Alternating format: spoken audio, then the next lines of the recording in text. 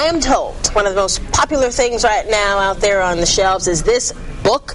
It is called The Elf on the Shelf, and apparently it's to help ensure that the boys and girls out there end up on the nice list this Christmas. In fact, little helpers sent straight from Santa himself have their work cut out for them this week before Christmas. Fox 10 News reporter April Douglas introduces us to one elf on the shelf named George. Boys and girls everywhere are minding their P's and Q's, hoping Santa Claus notices their good behavior. In some cases, Santa sends a helper to watch over the kids, a friendly scout elf. It's the elf on the shelf, and this one is named George. Elves do different things. Our elf, George here, actually wrote Noah and Kipper a letter, letting them know when he'd be here. See? George in curly toes. North Pole. George told the boys he'd be sure to report back to Santa if they didn't share or listen to Mom and Dad. Now, not all elves look or even act alike. Corny D is more of a mischievous elf who plays tricks on Mary Clayton, Virginia, and Stephen, who he's watching closely for Santa.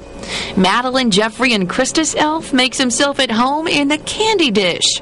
And since an elf's diet consists of mainly candy canes and cookies, it's imperative for him to get a checkup. So George heads to see Dr. Stephen Greenleaf with University Pediatric Dentistry. George is very cooperative. He has started coming here when he was a little tiny elf, and he's learned how to hold really still for me when we clean his teeth. So he is a great patient. He's got all of his elf teeth. He's never had a cavity so far, so we'll have to see. Despite a sweet tooth, George is cavity-free. His next stop, the studios of Fox 10, where he and Bob Grip review scripts for the nightly news. George is kind of like a silent partner. He doesn't really say a whole lot, but he's a big help. He's a real comfort to everybody in the newsroom. It's great to have him come by. I wish he'd come by more often. And after a busy day, George heads back to watch over Noah and Kipper before they get home from school. Then he flies back to the North Pole and reports to Santa.